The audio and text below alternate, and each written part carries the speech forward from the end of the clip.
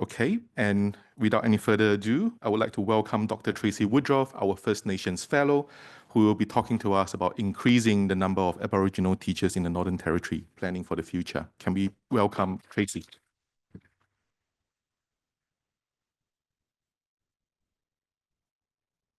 I might just move the mic.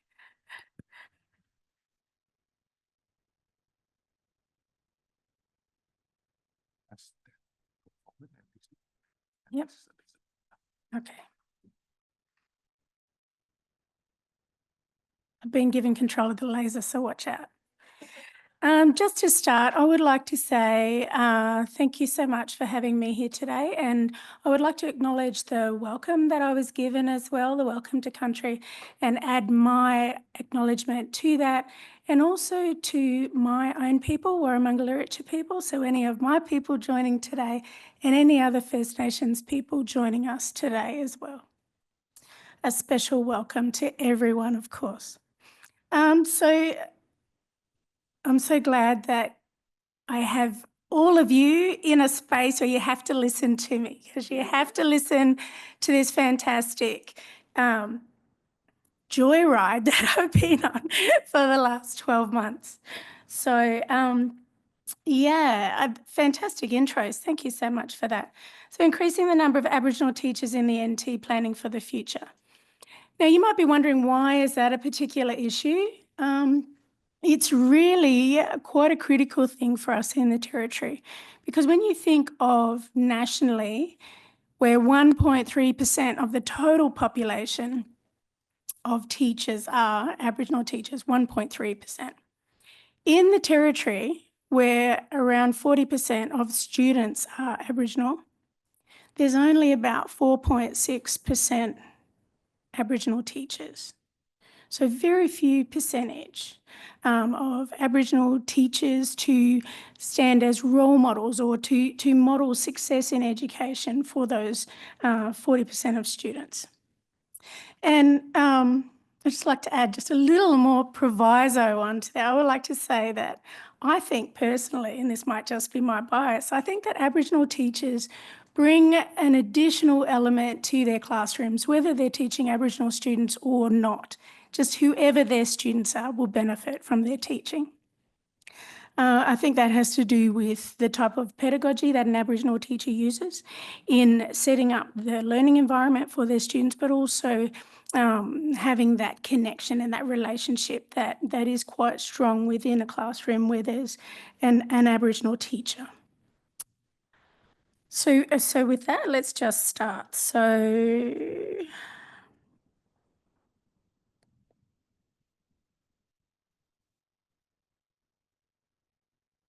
that's the general statement given by Charles Darwin University. Of course, I've just given mine. Yep, that's me there. Helping to publicise research or teaching at CDU. I've been at CDU now for about 10, or just over 10 years, 11 years.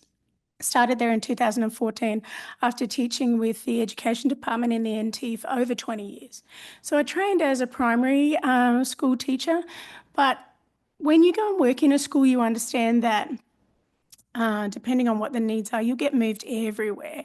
So I started out in primary, but then of course I was in early childhood, and then from primary I thought, no, never. I'm never going to be, in high school. Then I was a high school teacher, because of course we went through that whole middle school movement into the high school space. And I loved it, of course. How can you not love working with kids, all kids? And I think that's one of the most challenging things, is conveying how that feels, and that reward and that point of feeling joy and success in what you do, and hoping that your students feel like that in education. So today I'm going to run through the project, but underscoring that is this absolute need to convince more Aboriginal people to become teachers, and why that's so necessary and how rewarding it actually is. So I'm going to start out with a little bit of background and research intent, and then head into the research questions, then talk about the method, which was quite invigorating to try and do the whole research cycle in 12 months, but I'll explain that. And then get into the findings and recommendations. And of course, one of the most important aspects of the research and this type of fellowship research in such a short period of time is the relationship and connection you can build with an industry partner. So who is it that you're collaborating with to make the most impact that you possibly can? Okay, so that's a little bit of the background. So the low numbers of Aboriginal school teachers is critical. Why? Because of the percentages I explained. And another thing that sort of adds to that is the fact that Indigenous students get quite a bad rap every year when NAPLAN comes out. And it's so demoralising every year where you hear that the Aboriginal students or the Indigenous students have performed this well against their non-Indigenous counterparts, you know? Like how does that encourage students? It's just terrible. The deficit view of education really needs to change. And the one way that we can do that as Aboriginal people is to infiltrate the education system and work from the inside in a very well-organised, strength-based approach to change what education is for Aboriginal students. And in Australia, even now, no matter what strategies people have used, we still have campaigns to try and increase the number of teachers throughout the whole of the nation, because teaching is a hard profession. It's really difficult, okay? And teachers are a special kind of people. I'm not saying that just because I'm a teacher, but teachers are a special kind of people. You know, they help to teach the future leaders of our country, the future community members, you know, our citizens. So the intent of the research. The intent of the project to increase the number of Aboriginal teachers in the NT, it could be achieved by increasing the number of Aboriginal people enrolling in teaching degrees at CDU. So that was the purpose. How can I encourage more people? CDU is the main provider of teacher education in the Territory. So we really want to get the message out, not only about, you know, how fantastic it is to be a teacher, not just setting people on a path to be a teacher, but that you can do it, that there are local examples and role models of people within the community where you can see have succeeded in education. And it's not an impossible task, but it just needs a little bit more information and a bit more of a push in the right direction to get everyone to come on board with studying and enrolling as teachers at CDU. I totally get it that not everyone's meant to be a teacher. But unless we try and get everyone to think about it first, how are we going to find out, you know, people's potential? And the purpose of the research approach was to establish how to convince more people. So how are we going to do that? How do we promote the profession as best as we can? And how do we encourage as many people as possible? So these were the questions. So the first ones are about senior secondary students, because the project actually included senior secondary Aboriginal students as participants, and that filled a gap in part of our knowledge. We don't normally hear from Aboriginal teenagers, and it's really enlightening to understand what they think about teaching and whether they actually wanted to be a teacher or not. And then the next two questions, or the last two questions, were posed to Aboriginal teachers in classrooms. So even though these are the overarching research questions, within them and to answer them, we conducted online surveys, and a small percentage of the teachers opted for an interview. So you're probably thinking, why did we do that approach? Well, it really was part of the remit provided to us by the Department of Education. So the question that was asked of me when I filled out the application to conduct research was, how are you going to do this, Tracy, without imposing on school time, on teaching time, on learning time? How are you going to do that? And how can you do that in the least intrusive kind of way? So the easiest way, considering teenagers are on their tech all the time, was to provide an opportunity for students to engage in an online survey. So we did that through Qualtrics. And what we did first, though, was we had to contact principals. So if you know anything about working with the department in research, you know there are certain stipulations on the way that you conduct the research and you approach the participants. So we had to go through a step of contacting the principal. The principal was an additional step in between, and then it was up to the principal's discretion as to whether they pass the information on to their senior secondary students and their teachers. So there were a couple of, I don't want to say hurdles because I don't want it to sound negative. There were a couple of expectations of the way that we conducted the research to comply with the department's needs for it to be the least amount intrusive. And you're probably thinking, how did you manage to do all of the things you did in the time you did? So this is it. This is the plan. This is the master plan of how to successfully complete a 12-month fellowship project, because we completed it. And when I say we, I'm talking about myself and also my fantastic research associate. So I had Miss Kushi Chahan help me, and Kushi was actually a PhD student of mine who came on board and helped hone her research skills as well in the project. And while she still completed her PhD at the same time, she submitted hers just the other week. So hopefully, fingers crossed, that's fantastic. But in the meantime, she also helped with this project. So there were 5 phases to the project, and the first one's probably the most important because it had to do with planning before the actual research started. Okay, so we got confirmation the previous year. I knew that at the start of the year I was going to be scrambling. We had an onboarding where we would come here and start, but I started before that. So I knew that our research, our high degree bioresearch committee was going to be meeting at a certain time to consider applications for ethics, and that I had to have it in by January the 6th if I was going to get a turnaround date for the start of February, March, depending on how much backwards and forwards. So I had that sorted. I also had approval to conduct research by the Education Department. And on top of that, Catholic Ed, once they saw that the NT Education Department had given their approval, they also followed through and gave their approval. And we conducted some communications with independent Indigenous schools and another independent school to come on board as well. And while all of that was happening, I met with my media team.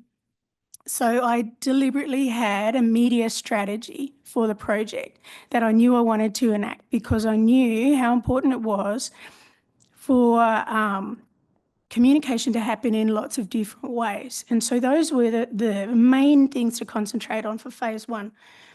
And then phase 2 allowed us to move into the research. So once the start date, once we were started, we were off and running, I could begin the data collection straight away.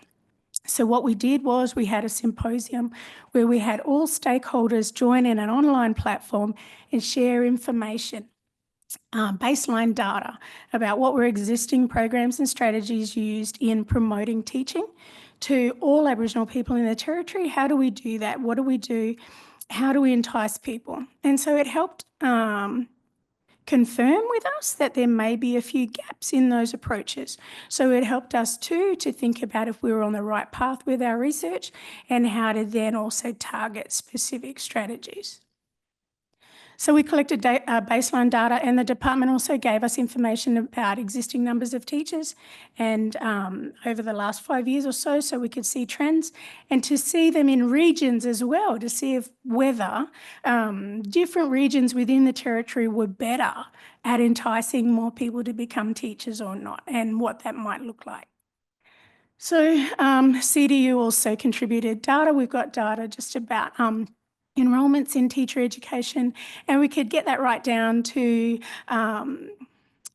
I think their categorisation was First Nations students enrolled within the territory. So we could come right down and have a look at what those looked like in teaching degrees, how many were there. So it helped us to confirm we were on the right path, and we definitely needed to enact some different strategies.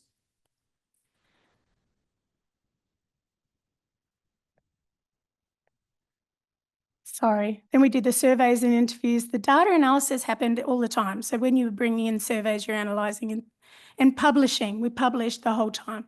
As soon as we could, we did a presentation. We had radio interviews. We had newspaper stories. We had, I think the first one was a conversation article that we wrote. We kept going into that. We did lots of different presentations along the way to present what we found as the findings were emerging. I had meetings with the department, and we just kept everyone on track. And what was lovely was the department communicated back with my PVC saying how great it was to collaborate with us on this. So we had confirmations along the way. It's really important to stamp your place on your research, stamp your name there. Say, yeah, this is my space, this is what we're doing. And to let people know in case they want to collaborate or are interested in maybe helping communicate what you're doing. Then we obviously did the outputs along the way, and then there was the fantastic report that we had to compile at the end. It was a lovely surprise. Thank you for that. The nicest thing about having such a substantial report to write was that it really added weight to how important the project was. And I enjoyed the opportunity of then sharing the draft document with our advisory group, our project advisory group, who could give some feedback on that. And they were so pleased that it was such a rewarding and substantial piece of work. So it was great feedback from our advisory group. Okay, so this was some of the pieces that were put together. This was something that was put together by the media team, and they made sure to communicate all sorts of things that might be catchy, eye-catching, to get students to want to complete the surveys. And we even had the printer create some postcards that we sent out to schools, as well as the emails to the principals, and then the follow-up emails, and lots and lots of encouragement as much as we can. And early on in the piece, so that's from March, we had newspaper stories. So straight out in the news, this is what we're doing. So the findings were so interesting. What did students actually think about being a teacher? And so Cushy created this infographic about some of the emerging findings that were coming out. So it looked like only about a third of the students that we interviewed wanted to be a teacher. Because you could flip that on the head and say a third of the students that we interviewed wanted to be a teacher. It didn't really distress me that 2/3 didn't. What distressed me was some of the messages coming back as to why they didn't want to be teachers. I wasn't worried about the ones who said, no, I already want to be a carpenter. I want to go and work out bush. I'm going to go work in the mines. I'm going to be in childcare. I thought those were fantastic. I didn't think that was a negative thing. I think that really showed students have an idea of when they leave school, this is what I want to do, okay, which is great. And they talked about, the students who did want to become teachers talked about how they wanted to give back to their community and how important it was for them to be able to teach the next generation or to follow the elders and to share knowledge, to share their knowledge, and also to teach in a way that maybe they would have liked to have been taught. So there were different messages coming out. The teachers really had nuanced ideas because they were teachers. So the teacher responses were a little bit different. This is about what students think of teaching, and a lot of the time it was what they thought of teachers.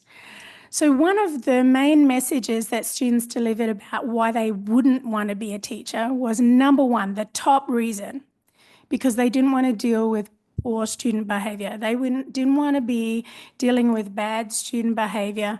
And you think, oh, You know, for a minute, the initial reaction is, what kind of classroom have you been in lately? But if I turn that around and I think, okay, so how, and this is what we did. So we'll get a message and we'll think, so how can we turn that into a positive for how to be a teacher? So that's what they've given us, right? I don't want to teach students with bad behaviour. So what it means is when we promote teaching to senior secondary students, we give them the details, the technical aspects of what you learn as a teacher and the fact that you learn behaviour management when you become a teacher. And you will also learn teaching skills that will better engage your students. And so you'll be in charge of controlling that learning environment and trying to head away from situations where, you know, there might be too much disruption based on students' poor behaviour. You might also, as a teacher, be able to engage better with the students and understand their well-being at a certain time, you know, why they might not behave in a particular way. So that one message of not wanting to deal with bad behaviour actually tells us a number of different things that we can turn into strategies for promoting teaching. One of the other things, and this was one of the things that was a little bit distressing for me, students said that it would be better if they actually had a positive experience of school in the first place, and that it would be good if they were able to attend a school that accepted them and helped them feel that sense of belonging. So some Aboriginal students are still feeling that they don't have that opportunity within a school. So that was a little bit distressing for me. And the only way that I could think of that we change that is that we explain that schools are meant to be places that have a better understanding of all students and provide education for all students. And cultural responsiveness is a really strong thing that teachers can learn about. So funnily enough, while I was conducting this research, my focus was on this, but I had other colleagues working with me just to finish some publications to do with a HEP-funded project. And it had to do with creating resources about cultural responsiveness. So while I was getting these answers, I was also developing the resources from this prior project, but informed by this. So we had a lecturer's guidebook about cultural responsiveness, and we developed that. And we also developed a student guidebook. So when students come to CDU, how can they understand cultural responsiveness and the responsibility of their lecturers in engaging them in that way within their learning? So there were a number of different things that came out of this, not only for students within schools, but students within higher ed, and maybe so that when you come to CDU to study to be a teacher, you'll understand that you'll be accepted in that situation and you'll learn about cultural responsiveness while you're there as well.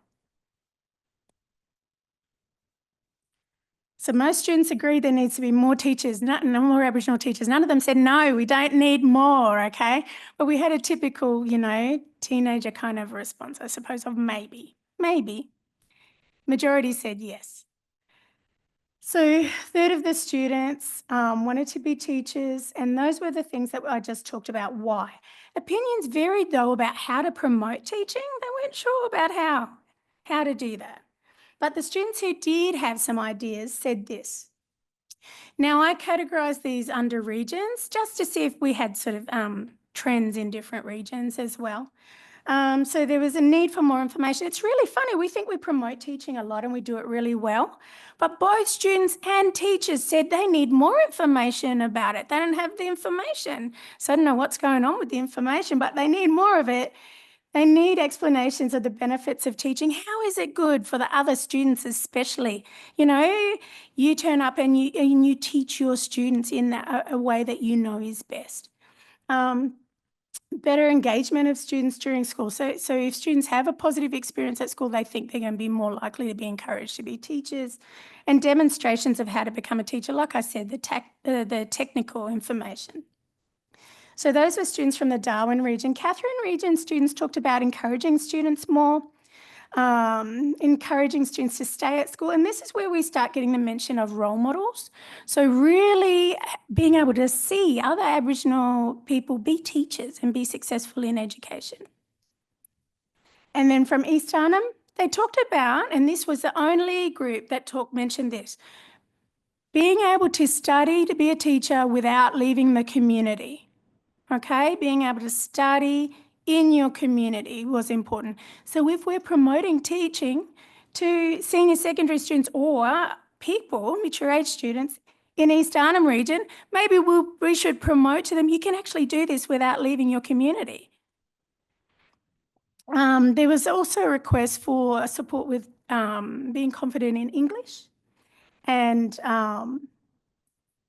having more Aboriginal teachers to promote teaching and the importance of conversation. So they want someone to have a face-to-face and say, this is how you can become a teacher, this is why you should be a teacher, but then have a conversation and say, do you want to be a teacher? So they wanted someone to talk to them about that.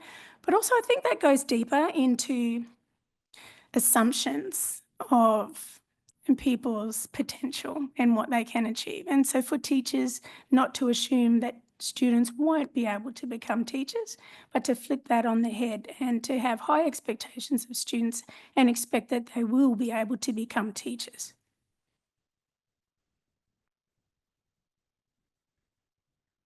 Okay, so what did teachers think? So this was another infographic created by Cushy. So it just has one of the main pointers, which was experience at school. So teachers said that a lot of the time what made them decide was their positive experience at school, and what deterred them wasn't necessarily their negative experience. Some teachers said that the negative experience they had motivated them to be able to come back and be a better teacher than that. So an interesting point. But mainly it comes down to that experience at school. That positive experience at school is so important. Okay, common motivations. This was for teachers and why they thought becoming a teacher was good, what motivated them to be a teacher.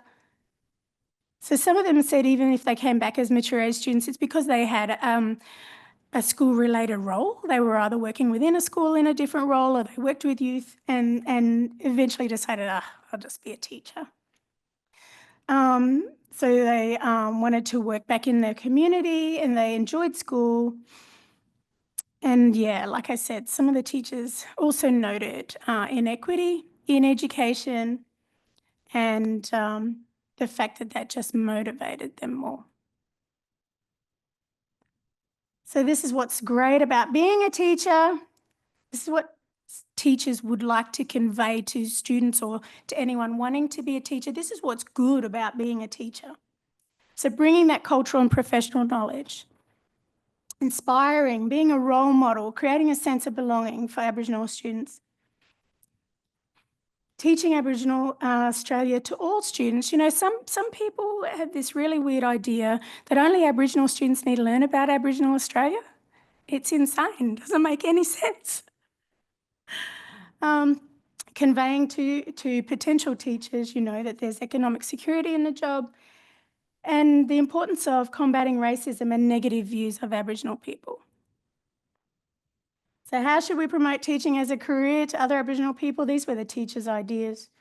Stay positive, work on capabilities and impacts, be more visible, have more information, tell people how rewarding it is to do something that you love.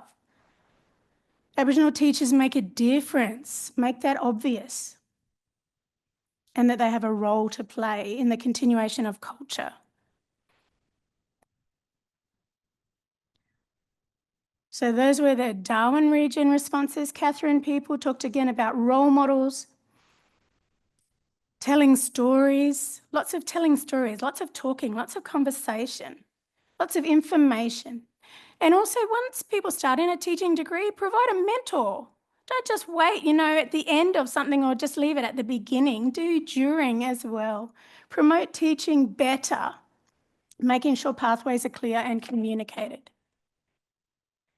And so it was really funny. For people out of the Territory, you don't know, with our teacher shortage, we constantly have a teacher shortage in the Territory. And we get a lot of teachers from interstate. And you might get someone from Melbourne teaching in a community school who's never even had much experience in an Indigenous context or with Aboriginal students or in that way. And funnily enough, in our group of teachers that responded, our Aboriginal teachers that responded, some were from interstate and they had things to contribute as well to broaden the understanding of the research. So it was about, you know, making sure to encourage people to work away from home. If you're not from a bush or remote area, go and see what that's like. Work out there. Make sure you're surrounded not only by non-Aboriginal people, but also find Aboriginal educators that have examples of culturally appropriate practices. Share what's positive. Tell people the real story, though, not just all the positive things. Talk about the challenges and how you overcome them. You know, don't make them barriers, make them little hurdles, and this is how you get past that. Don't let other people stop you from doing what you want to do. And they also mentioned the comfortable pay and sometimes it's hard to create a work-life balance. I get that. So what? So the information that was gathered during the research provides insights into what Aboriginal students and teachers think about teaching as a career option. So these people's words and perspectives represent how a cultural group of people think about teaching. So it makes sense that if we need more of the same people to become teachers, we should use those words and perspectives to create the resources to promote teaching. It's not rocket science. But what does the bliss point have to do with it? Okay, so bliss point was created by Howard Moskowitz, and he's a market researcher in food development and marketing. And he realized there's a certain optimum point of sugar and salt and whatever else you add, the ingredients that make something taste so beautiful. You just want more of it, right? And he gave the analogy of coffee. When you have a coffee, you can add some sugar, some sugar, some sugar, until the point where it tastes beautiful. But if you add too much sugar, it's not nice. So we need to use all of the ingredients, the messages that we found, add them in a particular way to promote teaching so that it is something that students find that they just have to do. Okay, so we have to be clever in the way that we do our promotion so that if we're promoting to a particular demographic, we're using the messages and the criteria that they are really interested in and use that to the best effect to promote this career in teaching. So that's what we did. So along with some publications, and we just submitted to a Q1 journal the other day, we also created a text. Now this is a text for senior secondary Aboriginal students, and it was compiled in a way to try and hit the bliss point. So the messages within it are the messages that were given to us during our surveys and interviews. And we've created a conversation starter to be used in senior secondary settings for the career ed teacher or the vet in-school teacher or just a teacher if there's none of those, to have a conversation with Aboriginal students about, do you want to be a teacher? So I brought one for everyone to just have, I've only got one, to have a little bit of a look at if you want to. But what we did was we made sure that our collaboration with the department was recognised in such a way that we weren't responsible then for spreading that further message. The department and their influence does that. So what we did was we printed 600 copies. 50 disappeared very quickly, and this is one of the 50 that hadn't quite disappeared yet. 550 were delivered to the department. I just spoke all about that. Were delivered to the department the other day for them to distribute to schools. I'm smiling so hard, it looks painful, because I was so happy to reach the end and be able to have a resource at the end of it. Anyone who's had to conduct a complete research cycle in 12 months and have an outcome, a thing at the end, you know how hard that is. But it was just such a relief to get to this point where we could say to the department, we're so glad to have collaborated with you, and here you go. So those other slides that I just raced through, those were the ones that I just talked about anyway. And that's it. I'm at the end of my presentation. Thank you so much.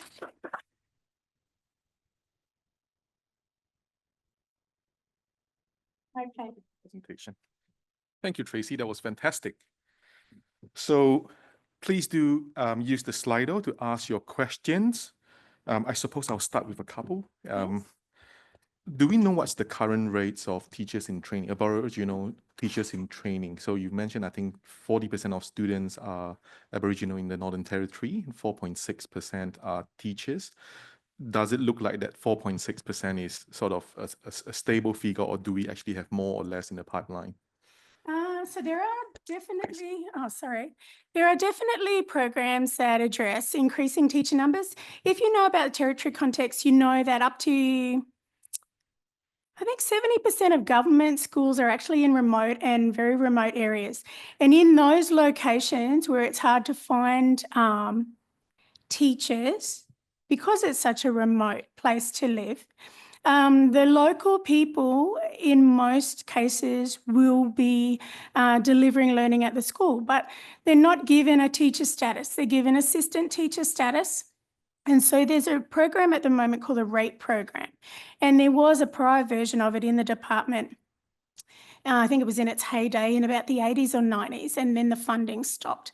But it really was to help the Aboriginal people who were at an assistant teacher level to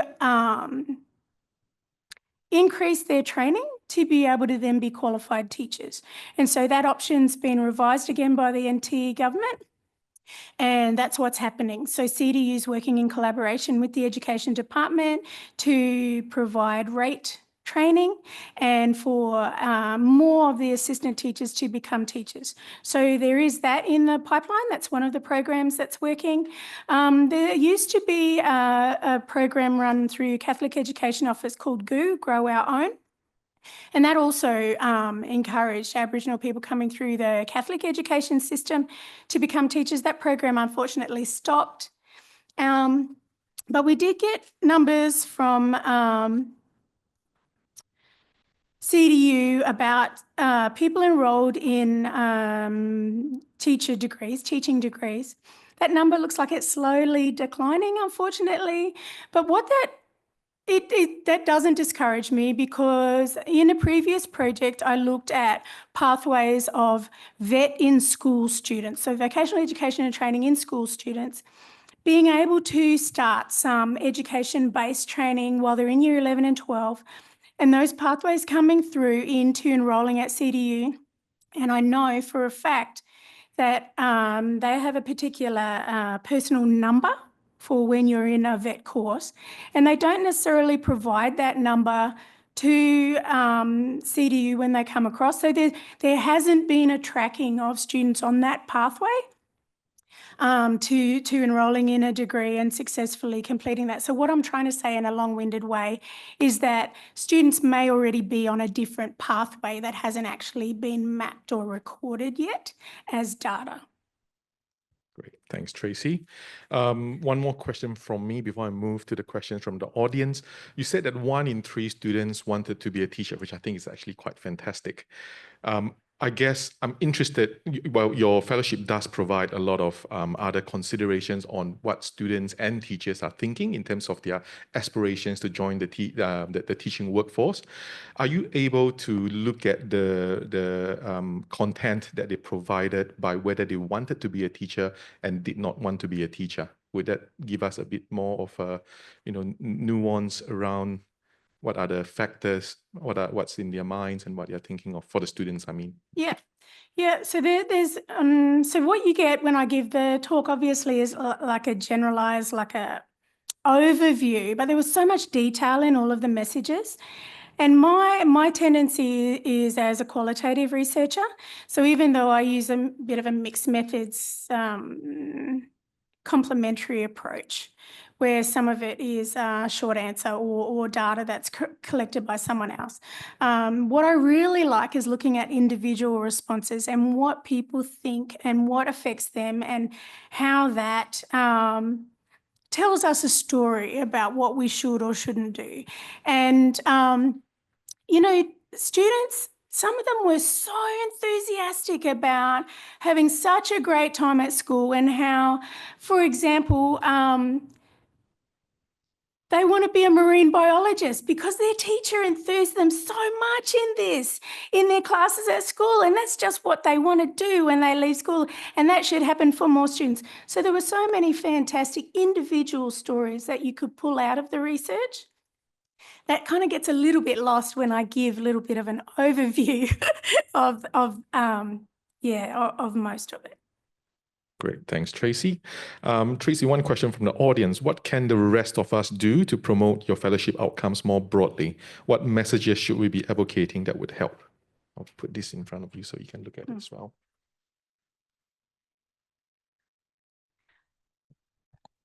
Okay, so just being aware of something as well will really help.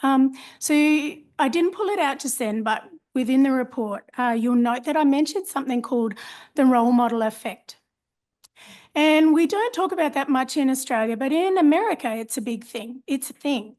And what they noted in the role model effect is that students, African-American students, it makes I just cringe when I say Black students, because we don't use the language in Australia. But it said that when African-American students have an African-American teacher, by the time they've finished their first 3 years of school, there's a certain percentage of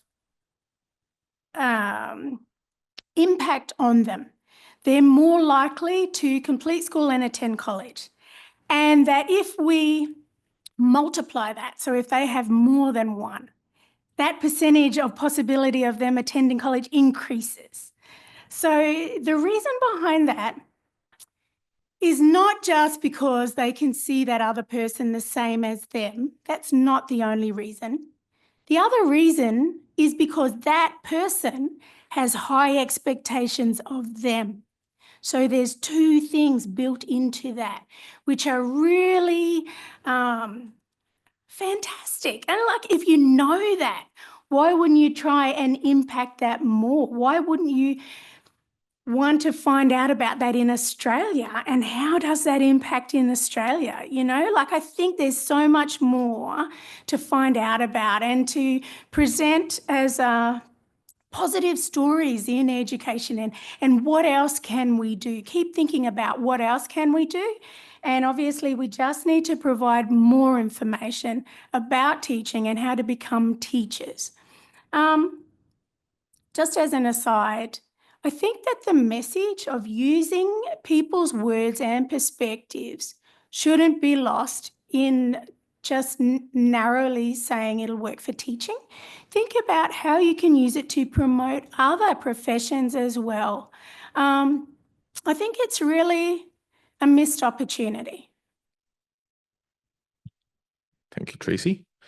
Can the recommendations from this fellowship apply to other states? Yes, they can. So even though These are nuanced responses from territory-based Aboriginal people. You can take those ideas of how we actually found the answers, what we actually did to come up with our findings. You could easily conduct the research in different locations because that honours then the diversity of Aboriginal people throughout Australia. The messages may not be the same because everyone has different circumstances in studying across Australia. But if you knew what is applicable to people in your region and your area, that would definitely help to shape promotional materials for people in that place. I haven't got my glasses on, I'm sorry. Okay, that's okay. How many students and teachers did your surveys? So this is something that's a little bit disappointing, but not so much. It was kind of expected. So we did purposeful sampling. So we wanted a specific set of people because they're the people that have the knowledge that we wanted. So the sample size was small, relatively small. And to make it even smaller, because of what we'd said to the department about how we would come on board with our approach, we also only targeted students who were 16 years old and above, because that was the cohort that would be thinking about leaving school and what they would do after they left school. But it also meant they could make a decision for themselves according to ethics and risk and be able to respond when they were given the opportunity to, rather than taking it home, asking parents or caregivers, having to come back to school, then, you know, maybe having a conversation with a teacher. And so there was a number of other factors that made the group smaller. So in the end, we had 23 responses from students on the surveys. We had 10 responses from teachers on the surveys, and we had 3 interviews. So we had 36 respondents altogether in the group. But like I said, we wanted maybe 30 student responses. We wanted maybe 20 teacher responses. We weren't expecting too much more of that. We knew that was the likely number. Next question for you, Tracy. Since poor student behavior was cited as a disincentive to becoming a teacher, does Tracy have any perspective on the sufficiency of current student management practices? Okay, so this gives me a little bit of a chance to talk about my experience in teaching. So when I became a teacher with the department, even though I was primary trained, I moved around a lot. And in the end, you know, once you do relief teaching, even before you start, then when you're in the department and you have experience of working with a number of different students, you very quickly build up your behaviour management skills.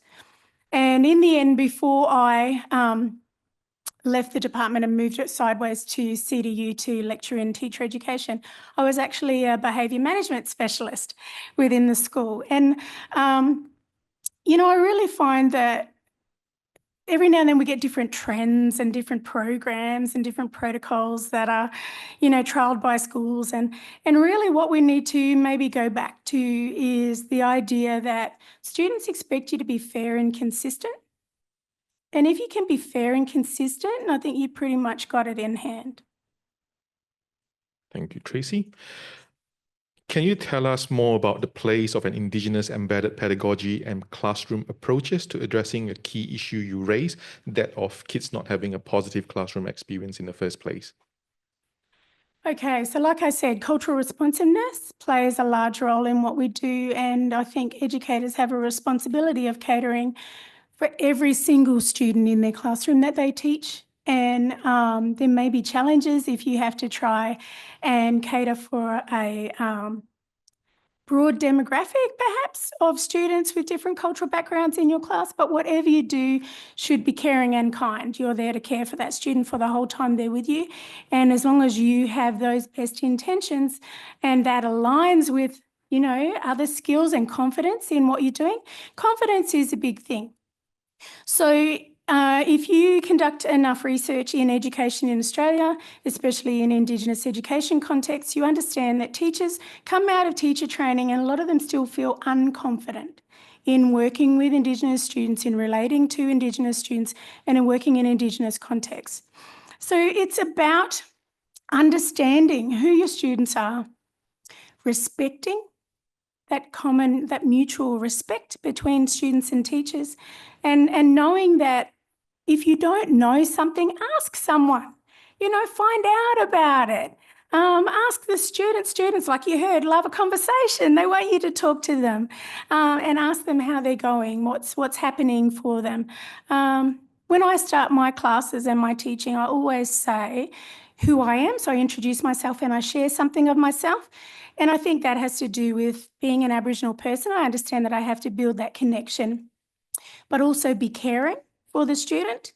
And then students feel more comfortable to connect or relate or to share back once you do that. It's about that whole mutual respect. And I think, those are the foundations of helping students to have an enjoyable and a positive experience at school. Great. And last question, Tracy, what was or were some of your favorite quotes, ones that really stayed with you? I think just the one about the marine biology, the one about giving back to the community and teaching the way that they want to be taught, those really rang true to me. And because I always had such a great experience of school, but then, I understand that not everyone does. But it was really nice to see the positive messages come through from the students. It's not all doom and gloom. And sometimes as teenagers, we kind of put students in a little box, they're going to be negative about something. They're going to give us some attitude. But really students are so thoughtful about what they think, what they want to do, and helping them do that would be fantastic. Great. Thank you very much, Tracy. Well done. And that was a fantastic presentation.